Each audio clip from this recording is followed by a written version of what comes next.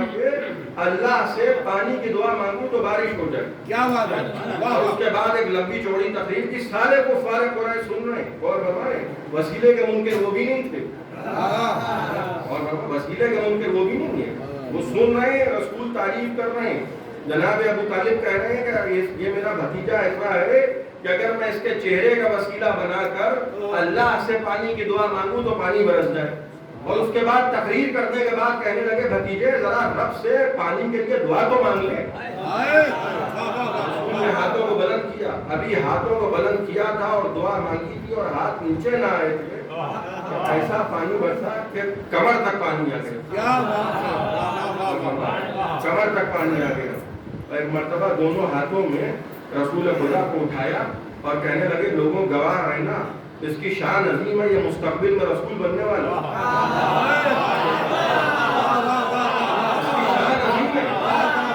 یہ مستقبل میں رسول بننے والا ہے.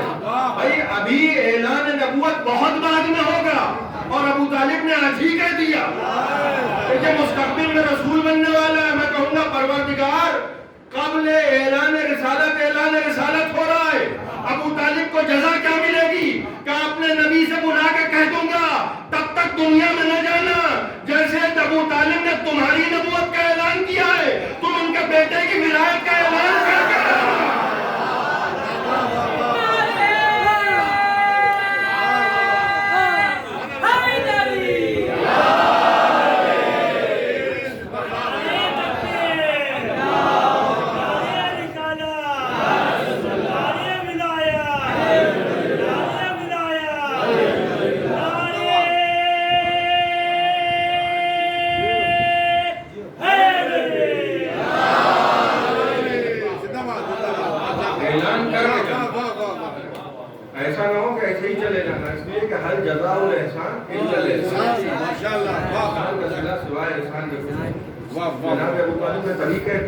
سب سنتے رہے کہ اس کی شان عظیم ہے. تو اگر ابو طالب ناواقف ہوتے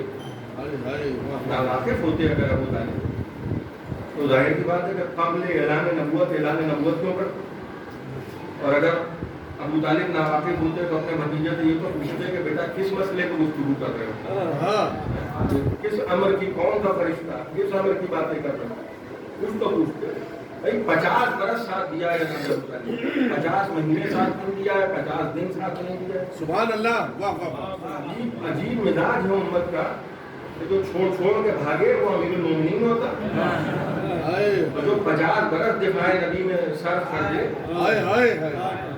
وہ ان کی نظر میں کافی ہوتا ہے. عجیب نظر. شیب ابو طالب میں بائیکاٹ ہوا, شیب ابی طالب نام ہے, شیب ابی طالب. اور نبی کو پناہ ملی ہے, اس کا نام ہے شیب ابی طالب. شیب ابو سفیان نہیں, شیب ابی طالب. وہاں رسول کو پناہ ملی ہے.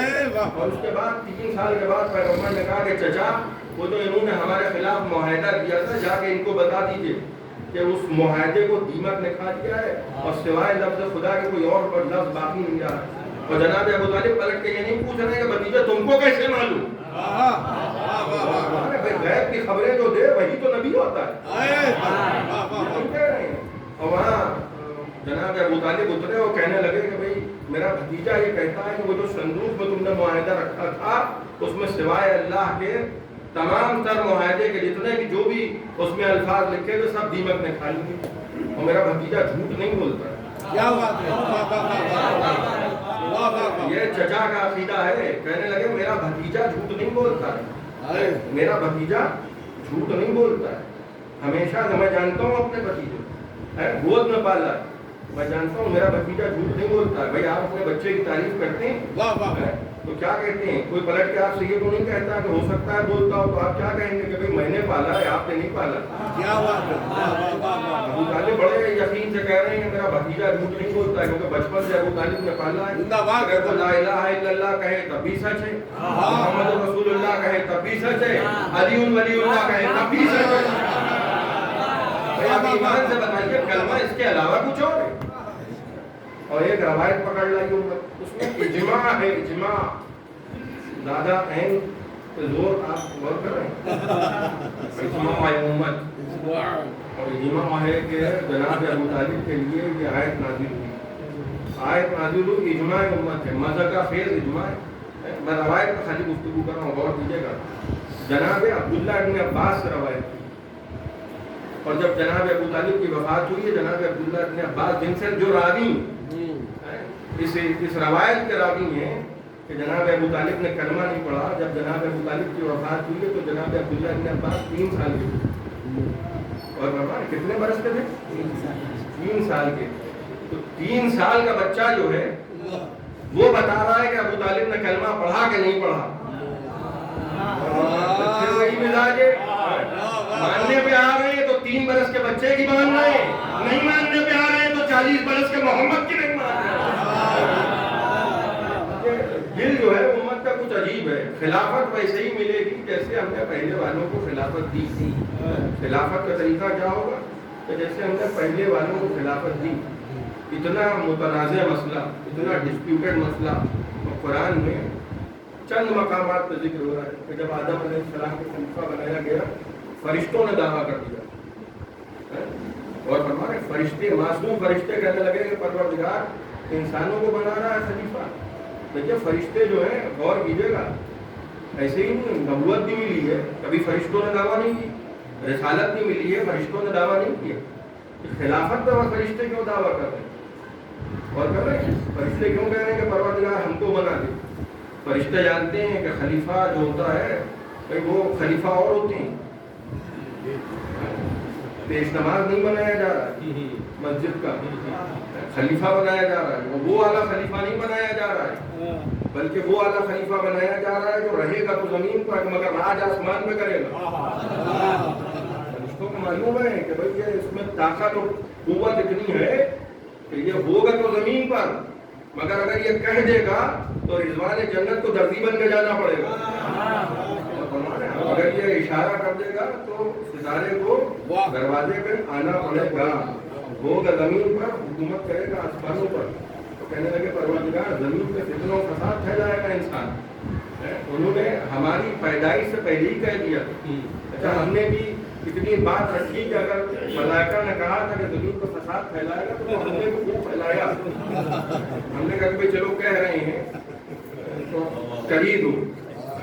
اور فرشتے کیا کہنے لگے پروردگار ہم تیری تسبیح کرتے ہیں.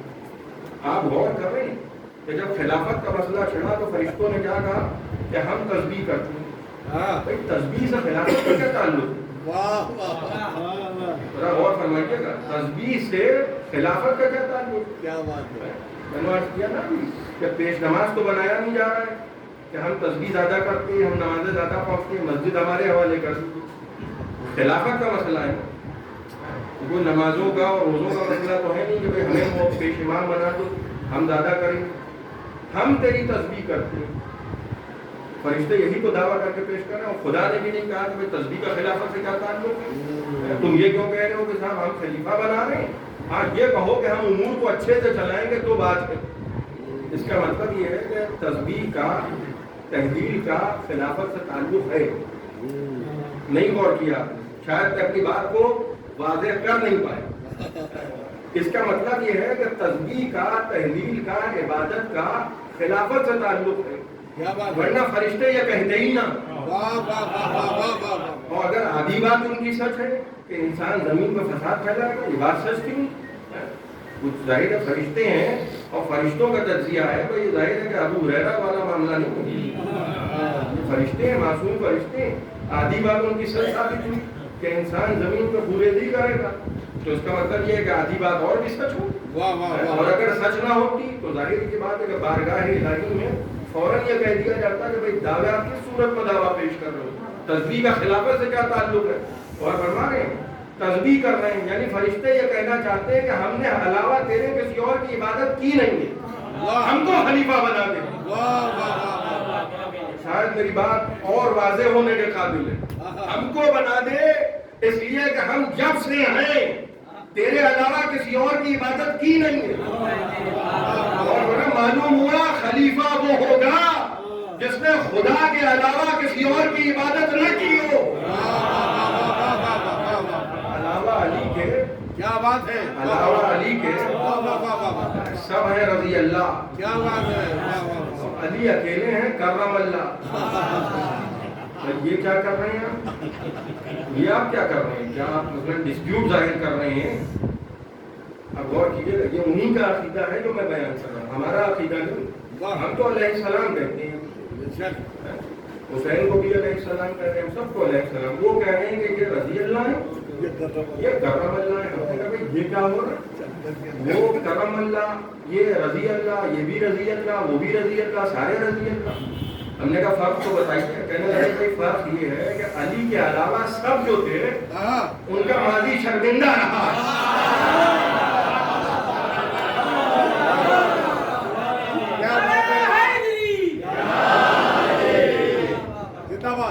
علی کے علاوہ جتنے تھے کوئی پتہ چلا 40 برس کے سن میں اخلاقاً اسلام لایا، کوئی 50 برس کے سن میں گرتے پڑتے اسلام لایا. اب تو نہیں لایا کہ خود آیا یا پتہ نہیں کیا مسئلہ ہے، مگر علی کے علاوہ کوئی اور نہیں ہے. یہ ان کا بھی عقیدہ ہے. بھائی 10 برس کے تھے علی، تو 10 برس یہی تو کہتے ہیں. اسلام وہ لاتا ہے، اسلام وہ لاتا ہے جو پہلے کچھ اور رہا ہو.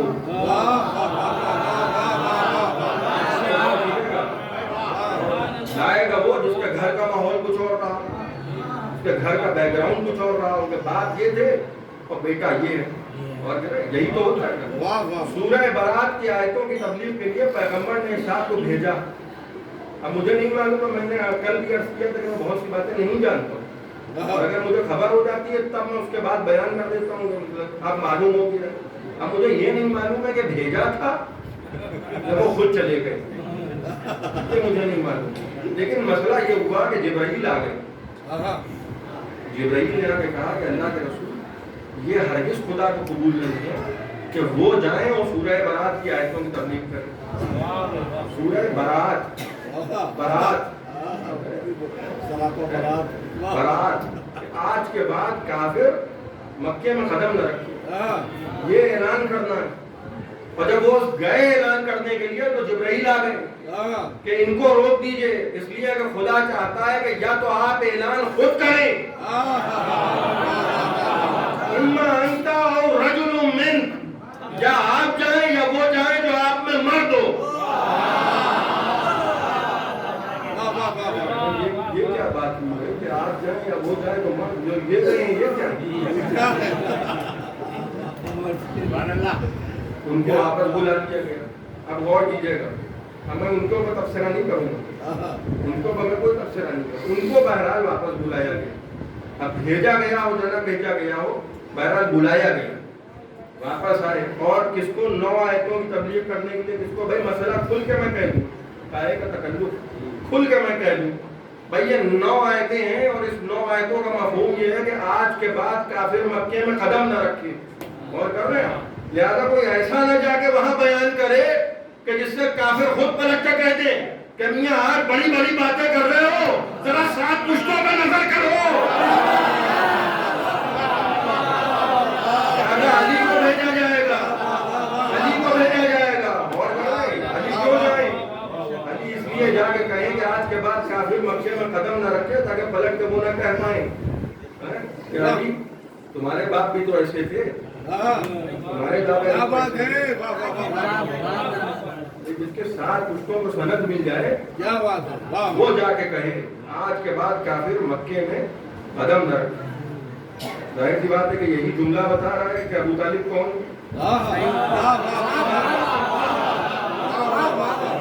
کافر کیا کہہ رہے ہیں؟ اپنے رب سے دعا کرو کہ بارش ہو جائے، اپنے رب سے دعا کرو، اپنے رب سے. وہ کس کے رب سے؟ نبی سے دعا کروا رہے ہیں کہ بندی پہ دعا کرو. یہ بیچارے ابھی اور ڈھونڈیں گے کلمہ، ابھی کلمہ ڈھونڈیں گے بہت اطمینان سے، اور ڈھونڈیں گے کلمہ. ان کو کلمہ ڈھونڈنے دیجیے. اس سے فکر نہ، میں نے شاید غالباً پچھلے سال عرض کیا تھا کہ جناب ابو طالب سے اور جناب خدیجہ سے خاص محبت ہے عمر، خاص محبت. اور محبت کی وجہ کیا ہے؟ محبت کی وجہ یہ ہے کہ ابو طالب سے جو خاص محبت ہے، خاص محبت، وہ اس لیے ایک علی کے باپ ہے. اور جناب خدیجہ سے جو خاص محبت ہے، خاص محبت، وہ اس لیے ہے کہ جناب سیدہ کی ماں. اگر ابو ابو طالب کسی اور کے باپ ہوتے تو پھر وہ کلمہ بھی مل جاتا.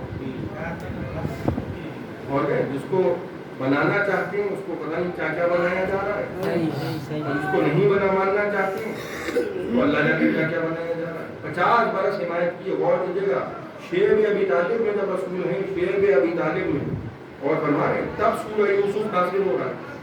سورہ یوسف کب نازل ہوا ہے؟ جب شیب ابی طالب میں پناہ ملی ہے رسول خدا. اور سورہ یوسف میں کس بات کا ذکر ہو رہا ہے؟ یوسف کے بیٹوں کی دغابازی کا ذکر ہو رہا ہے. اور ہمارے یوسف کے بھائیوں کی دغا کا ذکر ہو رہا ہے. اور وہاں ابو طالب کیا کر رہے ہیں؟ اور دیجیے گا نزول کا وقت دیکھیے, وہاں ابو طالب کیا کر رہے ہیں کہ اپنے بیٹوں کو اٹھاتے ہیں, رسول کے بستر پہ سلا دیتے ہیں, رسول کو اٹھاتے ہیں اپنے بیٹوں کو.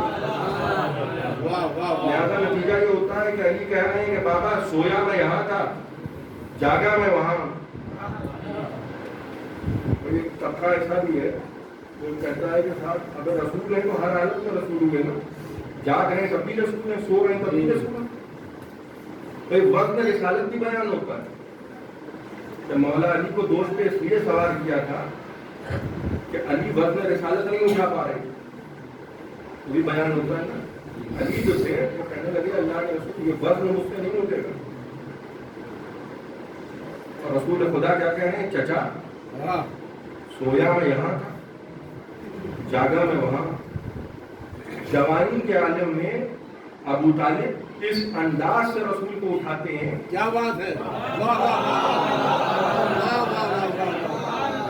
بچے میاں میں نے بولے میں مانتا ہوں, جوان کو اٹھا رہے ہیں, جوان کو. کیا بات ہے, جوان کو اس طرح سے اٹھا رہے ہیں کہ جیسے کوئی باغبان کسی پھول کو ایک جگہ سے دوسری جگہ منتقل کرتا. یہ انداز ہے. نہ آنکھ کھل لیں گے, نہ بیٹے کی آنکھ کھل لیں, نہ بھتیجے کی آنکھ کھل لیں. یہ حفاظت کا انتظام ہے.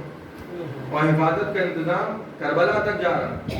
اور کریں آپ کربلا کے میدان میں بھی آپ دیکھیے تو علاوہ ابو طالب کی اولاد کے کوئی نظر نہیں ہے, کوئی نہیں نظر ہے, صرف ابو طالب کی اولاد ہے. اولاد عقیل, اولاد طالب, اولاد جعفر, اولاد علی.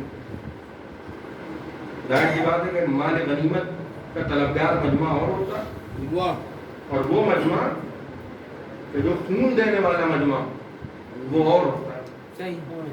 خون اسلام میں بانٹا, مال اسلام میں بانٹا تو ہزاروں موجود, اور خون اسلام میں بانٹا مانگا تو 72 موجود. یہی لوگ ہیں کربلا کے میدان میں. اور حسین اکیلے ضرور ہیں. اگر میں نے عرض کیا نا کہ حسین گھیریں گے, حسین نے کربلا کے میدان میں قاتلوں کو گھیر لیا, اور اس کے بعد چراغ کو گل کیا اور اپنے ساتھیوں کو دیکھا اور کہنے لگے کہ تم گئے. جب چراغ کو دوبارہ روشن کیا تو ساتھیوں نے کہا کہ آقا وہ کہاں جائیں کہ جن کی ماں نے انہیں اس لیے پیدا کیا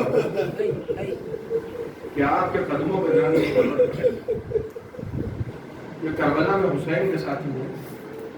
اور فرمائیے کہ حسین جنازوں میں جنازے اٹھاتے رہے. روز عاشور جو ہمارے یہاں روایات میں وارد ہوا ہے وہ کیا وارد ہوا ہے کہ بال بکھرے رہیں, گریبان چاک رہیں, آستینیں چڑھی رہیں. اس لیے کہ کربلا کے میدان میں حسین اسی انداز میں کبھی لاش اٹھائی, کبھی رو دیے, اسی حال میں شاہ دن بھر. کربلا میں حسین کا یہی انداز اسی شکل میں تھا دن بھر رہی. جنازوں پہ جنازے اٹھانے کے بعد جب کوئی بھی باقی نہیں رہا تو خیمے کے دروازے پر اور بڑے آہستہ سے کہنے لگے میرا باپ, اے زینب, اے رقیہ, اے ام کلثوم, تم سب پر حسین کا آخری سلام. خیمے کے اندر سے بہن کی آواز آئی, خیمے کے باہر سے رخصت نہ ہوئی تو خیمے کے اندر آتی. ایک ایک بیوی سے حسین, بیویوں کے جرموں سے حسین اس طرح رخصت ہوئے جیسے ہمارے گھروں سے تعزیہ رخصت. میرا باپ خدا حافظ, خدا حافظ, خدا حافظ, اے ماں کی کنیز رضا خدا حافظ. سب کو حسین کا رخصت کہا. اور اس کے بعد جب ذرا آگے بڑھے, مرتبہ چھوٹے چھوٹے بچوں نے آبا کا دامن تھام لیا. یہ وہ بچے تھے جن کے گھر کے افراد میدان کربلا میں شہید ہو چکے ہیں. کہنے لگے آقا ہمیں کس کے حوالے چھوڑ کے جا رہے ہیں. ایک مرتبہ ننھے ننھے بچوں کے چہرے دیکھ کے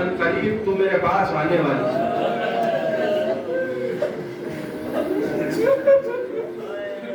ایک مرتبہ بابا کو یاد کرتے کرتے سکینہ اتنا روئی، روتے روتے ایک ہچکی آئی، سکینہ خاموش ہو گئی۔ چوتھے امام اٹھے، بہن کی نبض پہ ہاتھ رکھا تو یہ کہتے ہوئے اٹھے اِنَّا لِلَّهِ وَإِنَّا إِلَيْهِ راجعون۔ دو جملے سنیے گا اور میں نے آپ کی رحمتوں کی بات کی۔ شام کے زندان میں ننھی سی قبر بنی اور اس ننھی سی قبر کا بننا تھا کہ ارکان حکومت شام تلواریں کھینچ کے آ گئے اور کہنے لگے یزید اب اس قافلے کو رہا کر دے، ہم نے سنا کہ حسین کی وہ 4 برس کی بچی شام کے زندان میں دمتوڑ مر گئی۔ قافلہ رہا ہوا، سر واپس آئے، ایک شہید کا سر آقا تھا، ایک وارثہ بیوی سر کو گود میں لیتی تھی۔ حسین کا سر آیا، علی اکبر کا سر آیا، قاسم کا سر آیا اور محمد کا سر آئے، سب نے گود میں لیے۔ آخر میں ابو الفضل عباس کا سر آیا، کوئی گود میں لینے والا نہیں تھا۔ جناب زینب آگے بڑھی، روایت کے جملے سر کی آنکھیں کھلی تھیں، زینب کے کھلے سر پہ نظر پڑی، آنکھیں بند ہو گئیں۔ زینب آگے بڑھی ہے، میرے بھائی عباس آنکھیں کھولو، اے عباس تمہارے بعد ہم کو تیار بدیار پھیلایا گیا، اے عباس تماشائیوں کا مجمع تھا، منادی ندا دیتا تھا کہ علی کی بیٹی آئے، یہ عباس کی بہن ہے۔ عباس کے سر کو گود میں لے کر بڑی دیر تک گریہ کرتی رہی۔ دور سے چوتھے امام یہ پورا منظر دیکھ رہے تھے۔ ایک مرتبہ دیوار کا سہارا لے کر اٹھے اور پھوپھی اماں کے قریب آئے، کہنے لگے پھوپھی اماں اگر چچا کو رو چکی ہو تو چچا کا سر ہمیں دے دیجئے۔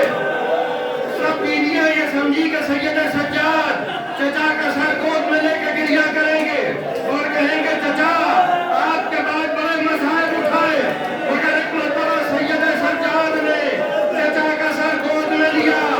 شام کے زندان میں ایک نشیب میں پہنچے، ننھی سی قبر سکینہ، چچا کا سر رکھ دیا، اے سکینہ چچا آ گئے، ہم آزاد ہو گئے، اِنَّا لِلَّهِ وَإِنَّا إِلَيْهِ راجعون۔